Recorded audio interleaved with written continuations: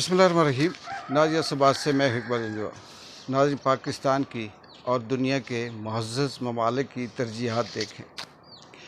एक तरफ पाकिस्तान की रियासत रजीम चेंज की सूरत में मसखरे मुसल्लत हैं। वो इनकी तरजीहात क्या हैं? इस वक्त इमरान खान और महारंग बलोच जो पाकिस्तान की आवाज़ हैं, एक इंटरनेशनल लेवल पे पूरे मुल्क की आवाज़ है और एक अपने सूबे के हवाले से आवाज़ है। दोनों की जंग इंसानी हुकूक के हवाले से, मिसिंग पर्सन और मावराए अदालत जो मामलात हैं उनके ख़िलाफ़ है। इमरान खान का भी नज़रिया यही है कि रूल ऑफ लॉ होना चाहिए और महारंग बलोच भी यही चाहती है। दोनों इस वक्त जेल के अंदर बंद हैं, गैर कानूनी, गैर आइनी और गैर जमहूरी तरीके से कैद कर रखा है रियासत ने। और दोनों रियासत की नज़र में, मुफाद परस्तों और मसरूफ़ की नज़र में दोनों राह के एजेंट हैं। दोनों इस मुल्क की बर्बादी के ज़िम्मेदार हैं और ये कहा जाता है कि इस मुल्क की 70 सालों से जो तबाही बर्बादी हुई है, दोनों इस चीज़ के ज़िम्मेदार हैं।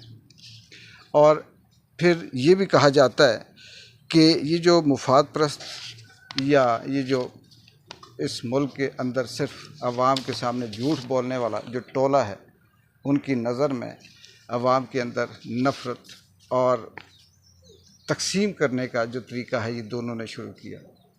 लेकिन हाँ, दहशत गर्दी इन दोनों की ज़िम्मेदारी है, मुल्क के अंदर तबाही बर्बादी इन दोनों की ज़िम्मेदारी है।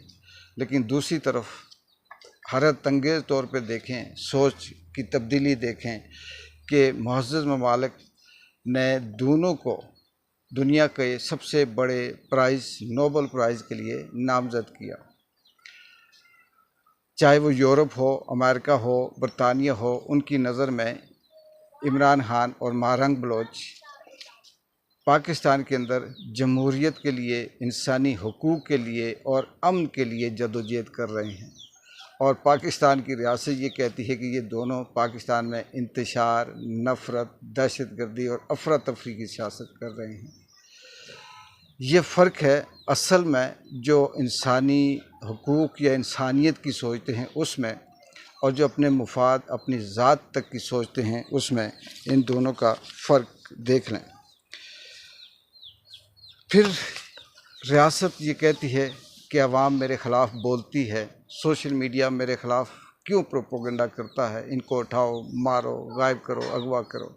लेकिन फ़र्क आपके सामने है कि एक तरफ ये इमरान खान और महारंग बलोच दुनिया में अमन के सफ़ीर के तौर पर नामज़द किए जा रहे हैं और दूसरी तरफ इनको बदतरीन दुश्मन और दहशतगर्द कहा जा रहा है। अवाम क्यों ना बोले, फिर अवाम क्यों ना नफ़रत करे? एक बार जिन जो की इजाज़त दें। अल्लाह हाफ़िज़।